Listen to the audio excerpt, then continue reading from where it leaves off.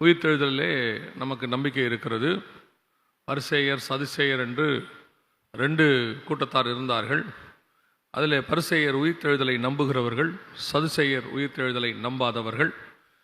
பவுல் உயிர்த்தெழுதலை குறித்து பிரசங்கித்த போது, இயேசு கிறிஸ்துவின் உயிர்த்தெழுதலை குறித்து பிரசங்கித்த போது அங்கே பெரிய பிரச்சனை உண்டாயிற்று என்று சொல்லி நாம் பார்க்கிறோம். இயேசு உயிர்த்தெழுந்தார் என்பதில் நமக்கு மாற்று கருத்தில்லை. ஆனால் இயேசு கிறிஸ்துவினுடைய உயிர்த்தெழுதலுடைய அர்த்தம் என்ன, ஏன் அவர் உயிர்த்தெழுந்தார் என்பதுதான் முக்கியம். யூத ஜனங்கிட்ட இருந்ததான ஒரு பெரிய பிரச்சனை அல்லது ஒரு பெரிய தவறு என்னவென்றால், அவர்கள் தேவன் கொடுத்த பண்டிகைகளை மாத்திரம் பார்த்தார்கள். அந்த பண்டிகைகளுக்கு பின்னால் இருக்கிற பொருளை புரிந்து கொள்ளவில்லை. கொலோசியருக்கு எழுதும் போது பவுல் சொன்னது, அவைகளின் பொருள் கிறிஸ்துவை பற்றினது, அது வரும் காரியங்களுக்கு நிழலாய் இருக்கிறது என்று சொன்னார். இப்பொழுதும் புதிய ஏற்பாட்டு திருச்சபையும் அதே தவறைத்தான் செய்து கொண்டிருக்கிறது.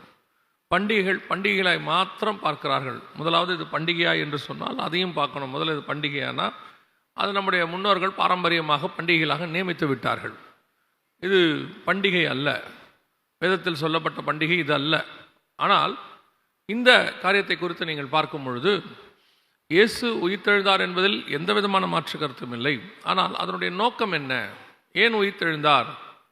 வேதம் சொல்லுகிறது, மார்க் எழுதின சுவிசேஷம் வாசித்த வசனத்தில் 16ஆம் அதிகாரத்தில் உயிர்த்தெழுந்த இயேசு வசனம் சொல்லுறது எடுத்துக்கொள்ளப்பட்டு பிதாவினுடைய வலது பாரசத்தில் உட்கார்ந்திருக்கிறார். இப்போ வரைக்கும் அதான் இருக்கிறது, பிதாவின் வலது பாரசத்தில் தான் அவர் உட்கார்ந்திருக்கிறார்.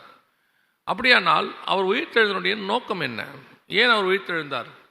இயேசு கிறிஸ்து உயிர்த்தெழுந்து போய் அவருடைய வலது பாரசத்தில் உட்கார்ந்துட்டார். 40 நாள் இங்கே இருந்தார். 40 நாள் முடிச்சுட்டு அவர் அங்கே போய் உட்கார்ந்துட்டார். அப்படியானால் அவர் உயிர்த்தெழுதனுடைய நோக்கம், ஏன் உட்கார்ந்திருக்கிறார்? அப்போ பிதா அவரை உயிர்த்தெழ பண்ணினதுக்கு என்ன திட்டம் இருக்கிறது?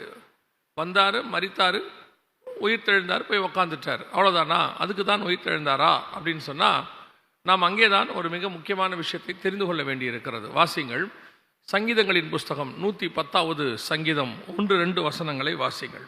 கர்த்தர் என் ஆண்டவரை நோக்கி, நான் உம்முடைய சத்துருக்களை உமக்கு பாதபடியாக்கி போடும் வரைக்கும் நீர் என்னுடைய வலது பாரசத்தில் உட்காரும் என்றார். ஏன் இயேசு கிறிஸ்து வலது பாரசத்தில் உட்கார்ந்து இருக்கிறார்? உயிர்த்தெழுந்த ஆண்டவர் இன்னும் உட்கார்ந்து இருக்கிறார்.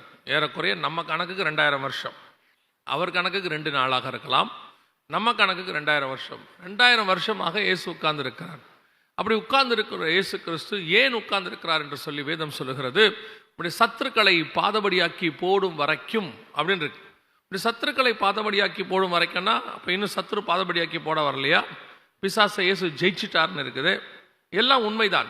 இயேசு கிறிஸ்து பிசாசை ஜெயிச்சது உண்மை. பரிகரிக்கப்படும் கடைசி சத்ரு மரணம், அதில் எந்த விதமான மாற்று கருத்தும் இல்லை. இயேசு மரணத்தை ஜெயித்து விழுங்கி அந்த சாத்தானை அவர் ஜெயித்தார் என்று சொல்லி பார்க்கிறோம். ஆனால் இன்னும் இயேசு கிறிஸ்துவினுடைய அந்த சத்துருக்களை பாதபடியாக்கி போடும் வரைக்கும் என்கிறதானது முழுமை பெறவில்லை. இன்னும் எப்படி சொல்கிறீங்க அப்படின்னு கேட்டிங்கன்னு சொன்னால், இயேசு கிறிஸ்துவினுடைய 1000 வருட அரசாட்சி பூமியில் ஆளுகை செய்யணும். அவர் ஆளுகை செய்கிற வரைக்கும் இந்த சாத்தானுடைய காரியங்கள் இன்னும் கிரியை நடைபெற்று கொண்டு தான் இருக்கிறது. ஒரு உதாரணம் சொன்னால் உங்களுக்கு புரியும் நினைக்கிறேன். பல நேரங்களில் இப்போ நம்ம நாட்டை விட இன்னும் கொஞ்சம் ஈஸியாக சொல்கிறதுக்கு உங்களுக்கு சொல்கிறேன். அமெரிக்காலெலாம் பார்த்தீங்கன்னா எலெக்ஷன் நவம்பர் மாதத்தில் தான் நடக்கும், 4 வருஷத்துக்கு ஒரு தடவை. எலெக்ஷன் முடிஞ்ச உடனே அன்றைக்கே அந்த எலெக்ஷன் முடிஞ்ச 1-2 நாள்லேயே யார் ஜனாதிபதினு தெரிஞ்சிடும், ஜனாதிபதி யார் அப்படின்னு தெரிஞ்சிடும். ஆனால் அவர் பதவி இருக்கிறது ஜனவரி மாதம் 20ஆம் தேதி தான் பதவி ஏற்பார். ஏறக்குறைய அந்த நவம்பர், டிசம்பர், ஜனவரி 2 மாதம் இப்போது பழைய ஜனாதிபதியாக தான் இருப்பார். புது ஜனாதிபதி பதவியேற்கவில்லை, இன்னும் பதவியேற்கலை. அவர் வெயிட் பண்ணிட்டு இருக்கிறார் பதவியேற்கிறதுக்கு. ஆனால் பழைய ஜனாதிபதி தோற்று விட்டார். அவருக்கு எந்த விதமான அதிகாரமும் இல்லை. அந்த 2 மாதத்தில் அவருக்கு எந்த விதமான அதிகாரமும் இல்லை, எந்த விதமான பெரிய சட்டங்களை போட முடியாது. ஆனால் அவர் ஜனாதிபதியாகத்தான் இருப்பார், ஒரு குறிப்பிட்ட காலகட்டம் வரைக்கும் இருப்பார். அதற்கு பிறகு இவர் அந்த இடத்துல சிங்காசனத்திலே அல்லது ஜனாதிபதியாக பதவி பிரமாணம் வைத்துவிட்ட பிறகு இவருக்கு எந்த ஜனாதிபதிங்கிறத பேர் கூட இருக்காது. அது வரைக்கும் ஜனாதிபதிங்கிற பேர் இருக்கும். அதே போலத்தான் இயேசு கிறிஸ்துவானவர் இப்பொழுது ஜெயித்து உலகத்தின் ராஜா என்று சொல்லி, பூமிக்குரிய ராஜா என்று சொல்லி அனௌன்ஸ் பண்ணப்பட்டு விட்டார். வெளிப்படுத்தின விசேஷம் 1ஆம் அதிகாரம் 5வது வசனத்தை வாசியுங்கள் பார்ப்போம். உண்மையுள்ள சாட்சியும் உண்மை உள்ள சாட்சியும் மரித்தோரிலிருந்து முதற் பிறந்தவரும் பூமியின் ராஜாக்களுக்கு அதிபதியுமாகிய இயேசு கிறிஸ்துவினால். அப்படின்னா என்ன அர்த்தம்? இந்த உலகத்தின் அதிபதிகள் எல்லாருக்கும், ராஜாக்களுக்கு எல்லாம் அதிபதி யாரு? இயேசு கிறிஸ்து தான். ஆனால் பிதா சொல்லியிருக்கிறாரு, உன்னுடைய சத்துருக்களை பாதபடியாக்கி போடும் வரைக்கும் நீர் என்னுடைய வலது பாரசத்தில் உட்காரும் அப்படின்னு சொல்லியிருக்கிறார். அதுவே அப்படின்னா என்ன அர்த்தம்? ஒரு குறிப்பிட்ட காலகட்டம் வரைக்கும் ராஜ்ய பாரத்திற்கு இயேசு வெயிட் பண்ணி கொண்டிருக்கிறார். ஆனால் ஜெயிச்சாச்சு, எலெக்ஷன் முடிஞ்சிருச்சு, அவர் பிசாசை ஜெயிச்சாச்சு. ஆனால் அந்த இடைப்பட்ட காலம் ஒன்று இருக்கிறது. சில நேரங்களில் கர்த்தர் நமக்கு வாக்கு பண்ணி, ஜனவரி மாதமோ அல்லது உங்கள் ஜெபங்கள்லையோ கர்த்தர் வாக்கு பண்ணுகிறார். வாக்கு பண்ணி முடிச்ச உடனே நமக்கு என்ன தோணுது? உடனடியாக அந்த வாக்கு தத்தம் நிறைவேற்றப்பட வேண்டும்.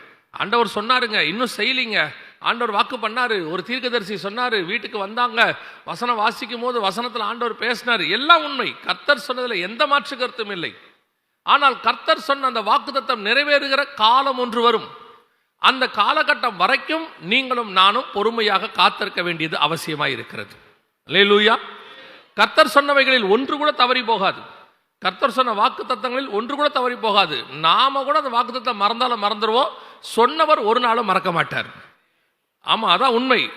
அப்படி இருக்கும் பொழுது ஆண்டவர் உங்களுக்கு பண்ண காரியங்கள், உங்களுக்கு சொன்ன காரியங்களில் நிறைவேற்றும் அளவும், அதான் வசனம் சொல்லுது, ஏற்ற காலத்தில் உயர்த்தும்படிக்கு அவருடைய பலத்த கரத்துக்குள் இயேசு கிறிஸ்துவே 2000 வருஷமா அடங்கி உட்காந்துருக்கிறார். பாருங்களேன், அப்படியே உட்காந்துருக்கிறாரு.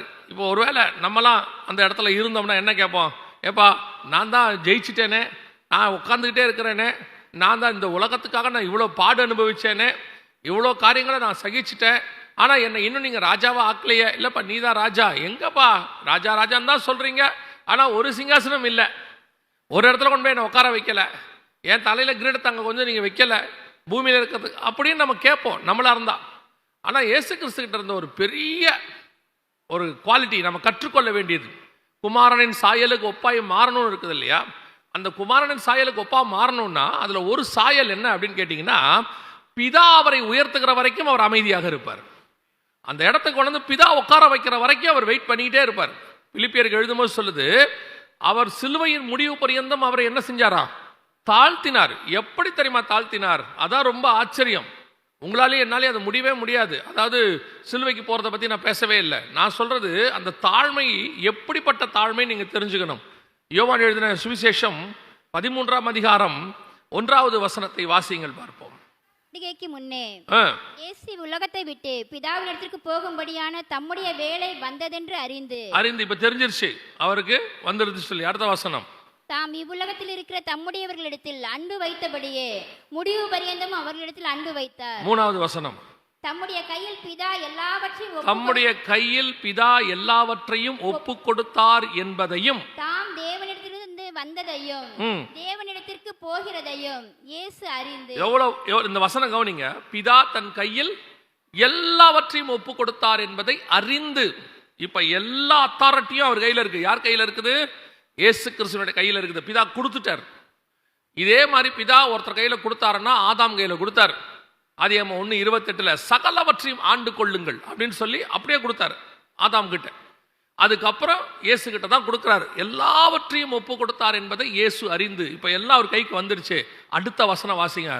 போஜனத்தை விட்டு எழுந்து வஸ்திரங்களை கழற்றி வைத்து ஒரு சீலையை எடுத்து அறையிலே கட்டிக்கொண்டு பின்பு பாத்திரத்தில் தண்ணீர் வார்த்து சீஷருடைய கால்களை கழுவவும். முடியுமா உங்களால? வாய்ப்பு இருக்குதா? எல்லாவற்றையும் ஒப்பு கொடுத்தார் என்பதை அறிந்து. இப்ப என்கிட்ட அத்தனை அத்தாரிட்டியும் என் கையில இருக்கு, என்கிட்ட எல்லா பவரும் இருக்கு. அந்த பவர் வந்துருச்சுன்னு தெரிஞ்ச உடனே உங்களுக்கும் எனக்கும் கண்ணுல ஒரு பெருமை வரும், நடையில ஒரு மாற்றம் வரும், பேச்சில் ஒரு திமிர் வரும். ஒரு சின்ன விஷயம், ஒரு இடத்துல அப்படி கொஞ்சம். ஒரு தம்பிய ஒரு நாள் எங்க ஊழியக்காரர் என்ன பண்ணாரு, ஒரு தம்பிய ஒரு 10 நாள் ஒரு ஊழிய பயிற்சிக்கு அனுப்பி வச்சார். அந்த தம்பி 10 நாள் ஊழிய பயிற்சிக்கு போயிட்டு வந்தார். அங்கே போயிட்டு வந்த உடனே அவங்க கொடுத்த பயிற்சியில் அவர் ப்ராபசி சொல்லவும், தீர்க்க தரிசனம் சொல்லவும், அற்புத அடையாளங்கள் செய்யறதுக்கு வரங்களை ஆண்டவர் கொடுத்தாரு. 10 நாள் தான் அந்த கூட்டம். வந்தார் சபைக்கு முடிச்சுட்டு நேராக எங்கள் ஊழியக்காரர்கிட்ட வந்தார். எங்கள் ஊழியக்காரரு கிட்டத்தட்ட எங்கள் பாஸ்டர் 30-40 வருஷம் ஊழியத்தில் இருக்கிறவர். அவ்வளோ பெரிய ஊழியக்காரர் அவர். அவர்கிட்ட வந்தார். வந்து, பாஸ்டர் உங்களால் ஜெபம் பண்ணி யாருக்காவது சுகமாகலன்னா எங்கள் வீட்டுக்கு அனுப்புங்க, கர்த்தர் வல்லமையை கொடுத்துருக்கிறான்னு போயிட்டாரு. இது நடந்த சம்பவம். எங்கள் சபையில் ஒரு சின்ன அதிகாரத்தை கையில் எடுத்த உடனே தலையில் ஒரு பெருமை, கண்ணில் ஒரு பெருமை. இயேசு கிறிஸ்து எல்லாவற்றையும் தனக்கு பிதா ஒப்பு கொடுத்தார் என்பதை அறிந்து முடிவு பரியந்தம், சிலுவையின் முடிவு பரியந்தம் தன்னை தாழ்த்தினார். அடிமையின் ரூபம் எடுத்தார். பிலிப்பியர்ல இருக்கு, அதுதான் இவர் சீலையை கட்டி கொண்டு கால்களை கழுவினார். அடிமையின் ரூபம் எடுத்தார். இந்த பிதாவின் வார்த்தைக்கு கீழ்ப்படிதல், முடிவு பரியந்தம். பிதா தனக்கு அந்த அதிகாரத்தை கொடுக்கிற வரைக்கும் காத்திருக்குதல். இதே காரியத்தை தான் சாத்தான் செஞ்சான். சாத்தான் என்ன பண்ணானா, அவன் அப்படியே ஆண்டவர் அவ்வளோ அழகா உருவாக்கி கொண்டு போயிட்டு வச்சா அவருடைய இடத்துக்கு வரத்துக்கு ஆசைப்பட்டானா, அந்த சிங்காசனத்தில் போய் உட்காரணும்னு நினைச்சானா, அவரை அந்த ஈக்குவலா மாறணும்னு நினைச்சானா. இதுதான் இன்னைக்கு காத்திருக்கிற அனுபவம் இல்லாமல். ஆண்டவர் உங்களை எவ்வளவு உயர்த்துகிறாரோ அவ்வளவு தாழ்த்துங்கள், எவ்வளவு உயர்த்துகிறாரோ அவ்வளவு பொறுமையா இருங்கள். எவ்வளவு காரியங்கள் கர்த்தர் உங்களுக்கு கொடுக்கிறாரோ அவ்வளவுக்கு அவ்வளவு உங்களுக்கு தாழ்மை வரணும். கொஞ்சம் வெளிப்பாடு வந்துட்டா, ஒரு வரம் கிரியை செஞ்சுட்டா, கொஞ்சம் ஆராதனை நடத்த தெரிஞ்சிட்டா, 2 பாட்டு பாட தெரிஞ்சிட்டா, 2 சாட்சி யாராவது வந்து ஐயா உங்களுடைய செய்தியில ரட்சிக்கப்பட்டோம் அல்லது உங்களுடைய பாட்டில் நாங்க ஆண்டவரை ஃபீல் பண்ணோம்னு சொன்ன உடனே கண்ணுல பெருமை. வேதம் சொல்லுகிறது, உங்களுடைய சத்துருக்களை பாதபடியாக்கி போடும் வரைக்கும் என் வலது பாரசத்தில் உட்காரும். ஆண்டவரே இவ்வளவு பாடு அனுபவிச்ச, எல்லாம் பண்ண, உட்காரும். ஒரு கேள்வி கேட்காம உட்கார்ந்து இருக்கிறார் பாருங்க. அந்த குமாரனுடைய சுபாவம் தான் உங்களுக்கும் எனக்கும் வரணும். அதுதான் உயிர்த்தெழுதலுடைய சாயல், குமாரனின் சாயல். இன்னைக்கு நமக்கு இருக்குதா? ஒரு ஊழியத்தில் ஒரு சின்ன காரியம் கொடுத்த உடனே அப்படியே நம்ம தலையில எல்லாம் வச்சுட்டா மாதிரி.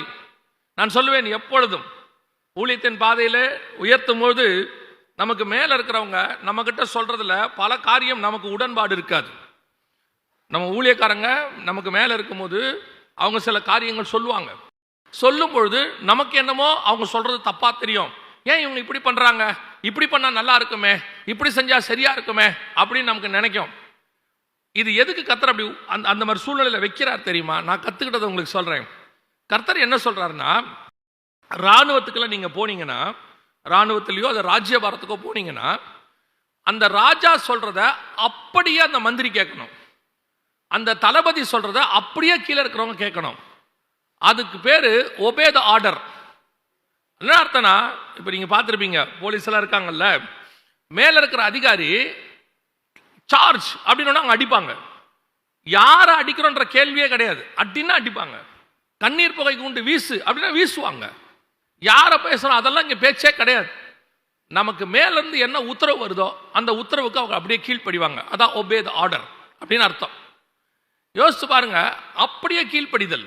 இதைத்தான் இயேசு, என் பிதா எனக்கு என்ன சொன்னாரோ அதை நான் செய்கிறேன், என் பிதாவின் சித்தத்தின்படி செய்வதே என். இயேசுவுக்கு மாற்று கருத்து இருக்குது. பிதா சொன்னதுக்கு இயேசுக்கு என்ன இருக்குது? மாற்று கருத்து இருக்குது. கெத்செமனேல சொல்றாரு, பிதாவே உமக்கு சித்தமானால் இந்த பாத்திரம் என்னை விட்டு நீங்கும்படி செய்யும். அவருக்கு ஒரு ஆசை இருக்குது, இல்ல இப்படி பண்ணலாமா, இல்ல இது வேற மாதிரி செய்யலாமா. அப்படி மாற்று கருத்து வரும்பொழுது கூட அவர் சொல்றாரு, ஆகிலும் என் சித்தத்தின்படி அல்ல. இதுதான் ஒபே தி ஆர்டர். உட்காரம்னா உட்கார்ந்தார் பாருங்க, பாடு அனுபவினா பாடு அனுபவிச்சார் பாருங்க. பல நேரத்தில் அவர் சொல்லக்கூடியது, நமக்கு மேல இருக்கிறவங்க சொல்லக்கூடியது, அது ஊழியக்காரங்களா இருக்கட்டும், தாய் தகப்பனாக இருக்கட்டும், சொல்லக்கூடியது சில நேரத்தில் நமக்கு உடன்பாடாக இருக்காது. ஆனா பரலோகம் என்ன எதிர்பார்க்குதுன்னா, ஒபே தி ஆர்டர். இதை எதுக்கு சொல்லி கொடுக்குது பரலோகம் அப்படின்னு கேட்டா, அவர் சொல்றது தப்பு, நீ சரின்னு கரெக்ட் பண்றதுக்காக என்ன அங்க வைக்கல. என்ன எதுக்கு வச்சிருக்க தெரியுமா? நீ எப்படி அவனுக்கு கீழ்ப்படுகிறாயோ அந்த கீழ்ப்படுதலை கற்றுக்கொள்வாய். ஒரு நாள் நான் சொல்லும் போது நீ எனக்கு கீழ்ப்படிவாய். ஏன் தெரியுமா?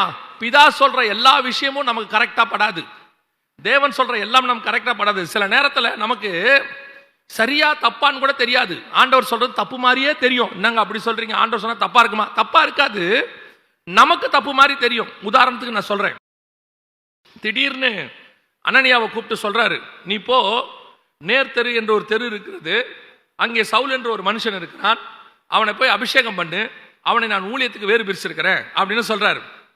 இப்ப இது அனனியாவுக்கு தப்பாகப்படுகிறது.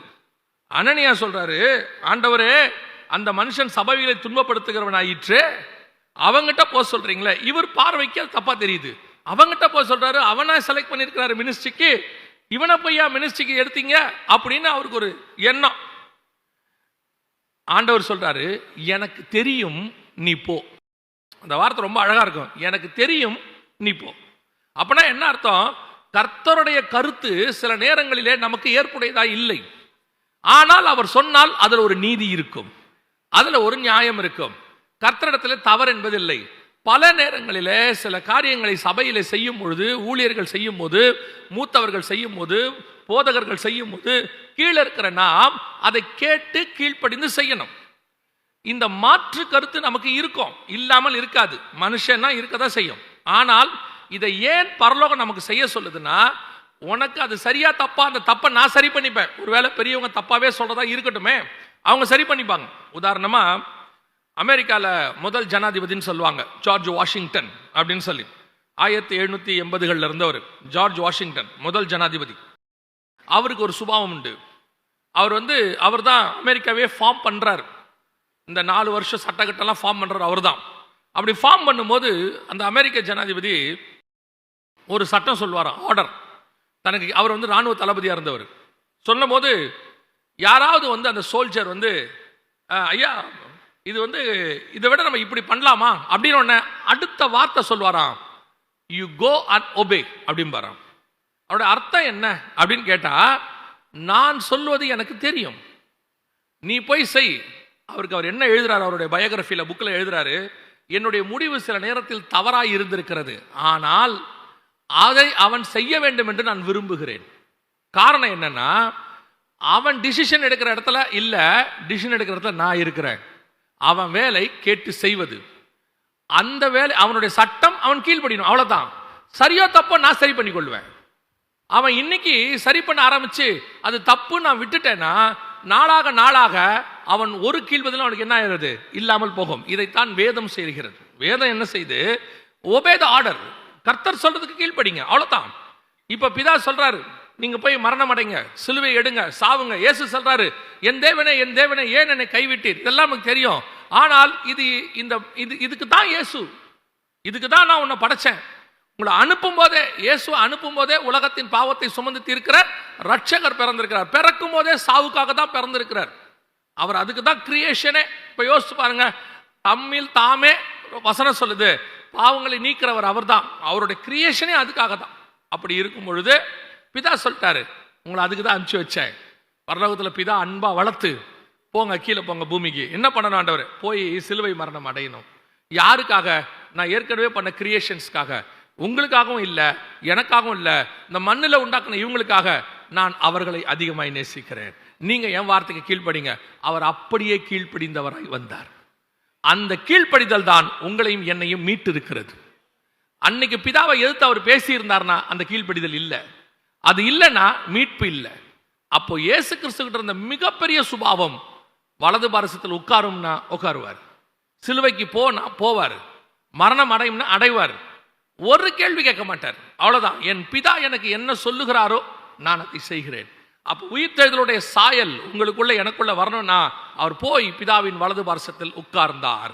உங்களை ஒரு விஷயத்தை செய்ய சொன்னா செய்யுங்க, அது சரியா தப்பாங்கிற ஆராய்ச்சிக்கு போகாதீங்க. ஏன்னு சொல்றேன்னா, நீங்க முடிவெடுக்கிற உங்க மினிஸ்ட்ரி ஒன்று வரும், உங்க வேலை ஒன்று வரும், உங்க காலகட்டம் ஒன்று வரும், அதுல நீங்க முடிவெடுங்க. அது கர்த்தர் உங்களுக்கு கொடுத்துருக்கிறாரு. ஆனா ஒரு இடத்துல கீழ்ப்படிந்திருக்கும் போது, இப்ப நீங்க ஒரு ஆபீஸ்ல நீங்க இதுல போய் பாருங்க, இந்த பெரிய பெரிய ராக்கெட் விடுறவங்க, இல்லை சாஃப்ட்வேர் கம்பெனியில் வேலை செய்கிறவங்க, அதெல்லாம் போய் பாருங்க. அவங்க ஒரு ப்ராஜெக்ட் கொடுத்தாங்கன்னா அந்த ப்ராஜெக்ட் இவங்க செய்வாங்க, அவ்வளோதான். இவங்க மேலதிகாரிகளை கொஸ்டினே பண்ண மாட்டாங்க. ஏன் அப்படின்னு கேட்டால், இதை நீங்கள் பண்ணிட்டு போங்க. ஏன்னா இதோட இன்னொரு பார்த்து வேற ஒருத்தர் பண்ணிட்டு இருப்பாரு, இன்னொரு பார்த்து வேற ஒருத்தர் பண்ணிட்டு இருப்பாரு, எனக்கு தெரியாது. இது அப்படியே ஒன்னா சேரும் போது தான் முதலா வரும். மிச்சம் இருக்கிற எந்த பார்ட்டும் எனக்கு என்ன செய்யாது, தெரியாது. எங்கிட்ட கொடுத்த வேலையை நான் செய்யணும். இது ஏன்னு கொஸ்டின் பண்ணோம்னா செய்ய முடியாது. நான் செய்யாட்டி அந்த வேலை பூரணப்படாது. நான் சொல்றது புரியுதா? நெகேமியாவே அலங்கத்தை கட்ட சொல்றாரு. எல்லாரையும் நெகேமியா போய் எல்லாரையும் சொல்றாரு, அவங்க வீட்டுக்கு முன்னாடி உள்ளதை கட்டுங்கன்னு சொல்றாரு. ஒருத்தன் கேட்கறான், நான் நினைக்கிற ஒரு உதாரணத்துக்கு, இந்த பக்கமும் யாரும் கட்டல, இந்த பக்கமும் யாரும் கட்டல, நான் மட்டும் ஏன் கட்டணும்? அந்த கேள்வியை கேட்டானா அலங்கமே வராது. உன் வேலையை நீ செய், அவங்கவுங்க வேலையை அவங்கவுங்க செய்வாங்க. ஒரு நாள் அலங்கம் கட்டி முடிக்கப்பட்டிருக்கும், அவ்வளவுதான். நம்முடைய வேலை பிதாவின் சித்தத்தை செய்வது.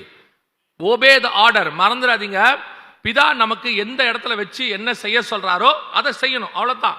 அதுல என்ன இருக்கு ஏதா இருக்கு? பாவத்தை தவிர மிச்சம் எல்லாத்துக்கும் நீங்க கீழ்ப்படியலாம். அவ்வளவுதான் சொல்றேன். பாவத்தை தவிர நீங்க எல்லாத்துக்கும் கீழ்ப்படிஞ்சு அவங்க சொல்றதை செய்யுங்க. அந்த கீழ்ப்படிதல் ஒரு நாளும் உங்களை வீணா போகாது. ஒரு நாள் திடீர்னு கூப்பிட்டு யோசுவாவை கூப்பிட்டு மோசே சொல்றாரு 17ஆம் அதிகார யாத்திராகமத்துல, நீ போய் அமலேக்கியர்கிட்ட சண்டை போடு அப்படிங்கிறாரு. ஏன்? காலேப் இருக்கான், அவனை அனுப்புங்க, நான் ஏன் சண்டை போடணும்? அமலேக்கியர்கள் பயங்கர ஸ்ட்ராங்கான ஆளு, உண்மையிலே அவங்க ரொம்ப ஸ்ட்ராங். பாத்தீங்கன்னா மோசே கையை கீழே இறக்குனா யோசுவா தோத்து போறாரு. யோசுவாவின் கை சோர்ந்து போகுது. மோசே கையை தூக்குனா அவர் ஜெயிக்கிறாரு. பயங்கர யோசுவாவை பொறுத்த வரைக்கும் மோசே தூக்குறாருலாம் தெரியாது, அவர் கீழே சண்டை போட்டுக்கிட்டு இருக்கிறாரு. இப்போ யோசுவா கேட்டிருக்கலாம், ஏன் மோசே எப்ப பார்த்தாலும் என்னையே அனுப்புறீங்க, இந்த காலேப்பை அனுப்பி விடுங்க, நல்லா தானே இருக்கிற ஆளு, ஏன் அவனை அனுப்ப மாட்டீங்க? இன்னைக்கு நம்ம எத்தனை கேள்வி கேட்கிறோம் சர்ச்சில். ஒரு வேலையை சொன்னா ஏன் அவனை மட்டும் அனுப்புறீங்க, அவனையே அனுப்புறீங்க, என்னையே தான் வேலை வாங்குறீங்க, அவனையெல்லாம் வேலை வாங்க மாட்டேங்கிறீங்க. கர்த்தர் உனக்கு கொடுத்த வேலையை நீங்கள் செய்யுங்க. கர்த்தர் உங்களை ஒரு இடத்துல பிளேஸ்மெண்ட் பண்ணியிருக்கிறாருன்னா அதுக்கு ஒரு ரீசன் இருக்கும். உன்னுடைய ஃபியூச்சர் அவருக்கு தெரியும். அதை பேஸ் பண்ணி தான் கர்த்தர் உன்னை பிளேஸ்மெண்ட் பண்ணியிருக்கிறார்.